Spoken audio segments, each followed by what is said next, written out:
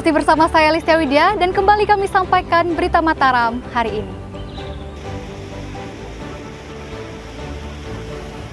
Diduga keasyikan berenang di air terjun, seorang remaja di Lombok Utara tewas terseret air bah.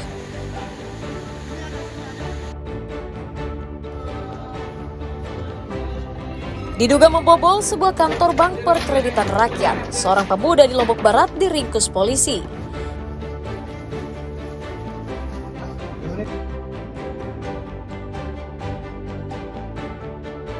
Babak final Mandalika Racing Series berlangsung sengit. Sejumlah pembalap muda menjadi juara baru di sejumlah kategori bergengsi.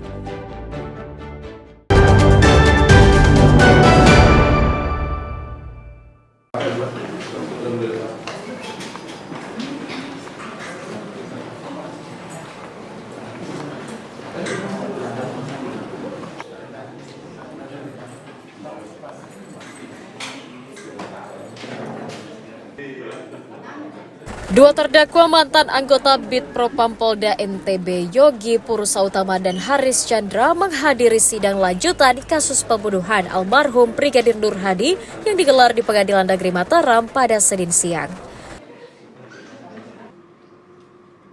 Sidang kedua mengagendakan tanggapan terhadap dakwaan jaksa penuntut umum yang telah dibacakan pada sidang sebelumnya. Dalam tanggapan yang dibacakan tim kuasa hukum, terdakwa menolak dakwaan jaksa karena menganggapnya tidak didasari oleh fakta penyelidikan, namun hanya berdasarkan imajinasi dan asumsi. Kedua terdakwa melalui kuasa hukumnya juga meminta agar dibebaskan dari jerat hukum karena mereka tidak pernah mengakui atau melakukan tindakan seperti yang dituduhkan.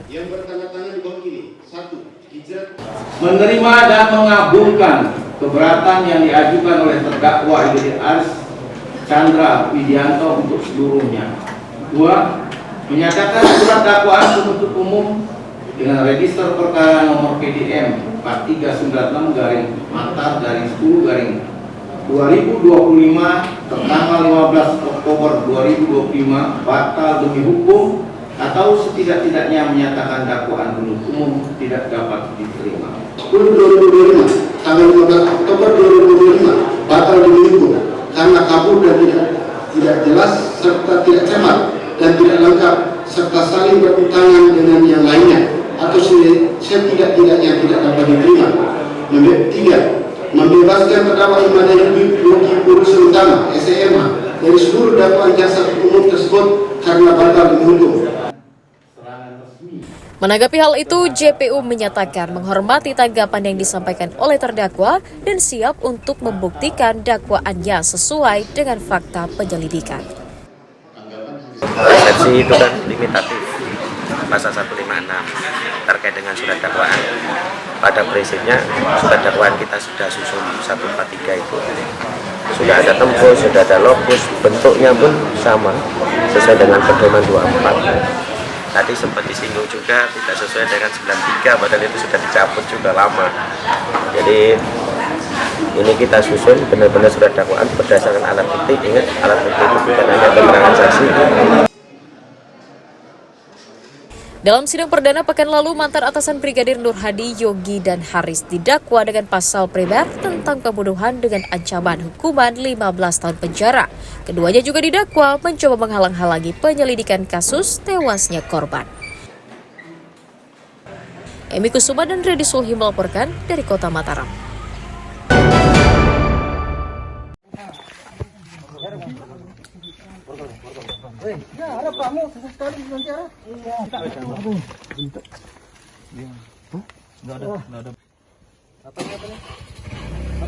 Seorang mantan kades berinisial HA 54 tahun asal Kecamatan Praia Tengah diringkus Satuan Reserse Narkoba Polresta Mataram karena diduga mengedarkan narkotika di wilayah Kota Mataram. Tersangka ditangkap polisi di sebuah gang masuk permukiman di Kelurahan Rembige, Kecamatan Selaparang saat menunggu pemesan. Dari tangan tersangka, polisi menyita barang bukti sabu-sabu berat 8,39 gram, ponsel, 1 unit sepeda motor, dan uang ratusan ribu rupiah. Penangkapan tersangka atas informasi masyarakat yang curiga ada orang asing yang masuk wilayahnya diduga akan bertransaksi narkoba. Saya tahu rumahnya apa. Dari hasil pemeriksaan, tersangka merupakan residivis kasus korupsi yang baru dikeluarkan lapas pada tahun 2024 lalu. Dari hasil tes urin, ia juga dinyatakan positif menggunakan narkotika. Saudara H saat itu sedang berada di atas sepeda motor, kami amankan. Kemudian setelah dilakukan penggeledahan, kami menemukan puluhan poket sabu-sabu siap edar yang disimpan di saku jaket yang dikenakan oleh saudara H pada hari itu. Dan setelah dilakukan tes urin, terhadap yang bersangkutan positif mengandung metafetamin atau sabu-sabu. Tersangka mengaku narkotika tersebut merupakan titipan teman yang dikenalnya saat di dalam lapas. Ia juga mengantar narkoba karena dijanjikan proyek saluran irigasi. Ada diupah nganter sabu itu kemarin? Cuma dijanjikan proyek, Pak. Dijanjikan proyek? Iya. Proyek apa? Proyek saluran irigasi. Proyek saluran irigasi. Tidak ada upah lain? Tidak ada. Uang cuma dikasih harga minyak bensin 300 itu saja. ada, berarti kan gitu. Kan ada berarti. Iya, 300 untuk harga bensin. Atas ulahnya, sang mantan kades dijerat Undang-Undang Narkotika dengan ancaman hukuman pidana 5 tahun penjara. Awaludin dan Riyadi Sulhi melaporkan dari kota Mataram.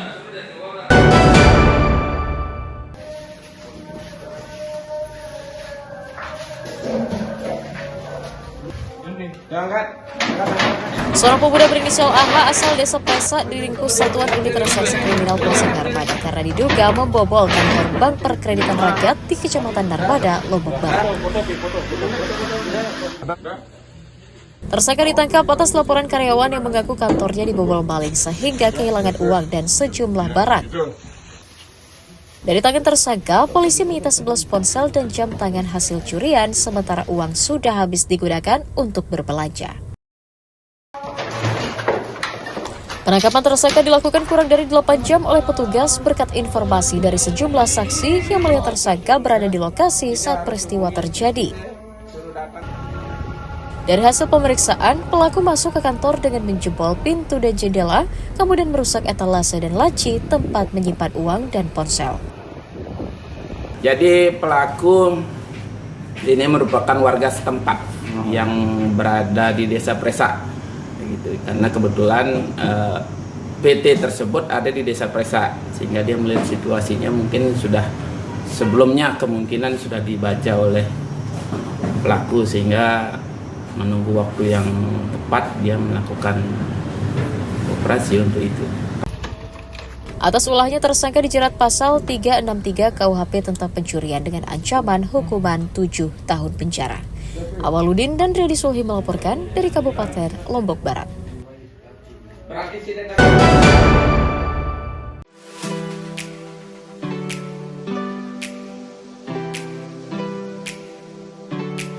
Berwisata ke kawasan pantai atau pegunungan yang ramai mungkin sudah biasa.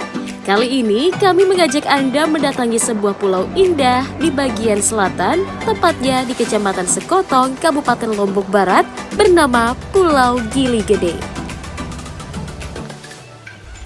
Berada di gugusan 4 pulau terluar, pulau seluas 308 hektar ini hanya bisa dijangkau dengan menggunakan perahu sekitar 15 menit dari pelabuhan Tawun Sekotong dengan biaya Rp15.000 per orang. Tiba di kawasan ini, Anda akan disuguhkan dengan hamparan pasir putih yang membalut pantai sepanjang puluhan kilometer sejauh mata memandang. Di sini, Anda akan merasa jauh dari kebisingan kota dan penggapnya polusi kendaraan yang menyesakkan dada, sehingga cocok sebagai tempat beristirahat dari rutinitas. Tak hanya menawarkan sensasi pantai yang tenang dan nyaman, pulau ini juga menyimpan panorama bawah laut yang tidak kalah dengan destinasi di wilayah Indonesia Timur seperti Bunaken. Bagi para penyuka panorama bawah laut, Anda juga pastinya akan terhibur dengan ragam biota laut yang lestari di pulau ini yang ramah menyapa Anda. Bagi Anda yang suka fotografi dan mengabadikan momen berwisata, kawasan Pelabuhan Marina Del Rey, tempat sandarnya kapal pesiar wisatawan di kawasan ini, juga sangat memukau dan disebut mirip dengan pelabuhan wisata di negeri Kanguru. Meski tidak ada penginapan berstandar mewah, namun Pulau Gili Gede tetap menjadi destinasi favorit bagi wisatawan yang ingin merasakan sensasi berwisata di surga kecil yang tersembunyi. We've sailed from Western Australia up here, and we like the protected water here, that the yacht is safe in this environment, and that the people are really nice here, and we can swim in the pool and have a drink next to the pool and come up and have a lovely meal here, and everyone looks after us very nicely. Datang ke sini, first impression saya Marina bagus banget. Harapan saya semoga pariwisata kita, Sekotong terutama, lebih maju lagi, lebih banyak dikenal lagi sama masyarakat lokal, bukan masyarakat lokal ya, masyarakat luar maupun lokal sering datang ke sini. Khususnya tingkat kunjungan di Gili Gede itu luar biasa. Hampir semua hotel-hotel itu penuh. Yang ada 2 kamar, 1 rumah dijadikan rumah tempat tinggal dan 1 rumah dijadikan homestay. Nah, ini salah satu indikasi yang sangat menggembirakan bagi daerah ini, khususnya bagi warga Gili Gede yang tahun ini bisa menikmati dampak-dampak positif dari industri pariwisata. Jika Anda bosan dengan destinasi ramai dan butuh suasana berbeda, maka surga tersembunyi di kawasan Sekotong ini layak Anda jadikan alternatif berlibur dengan keluarga. Hairul Amri dan Lukmanul Hakim melaporkan dari Kabupaten Lombok Barat.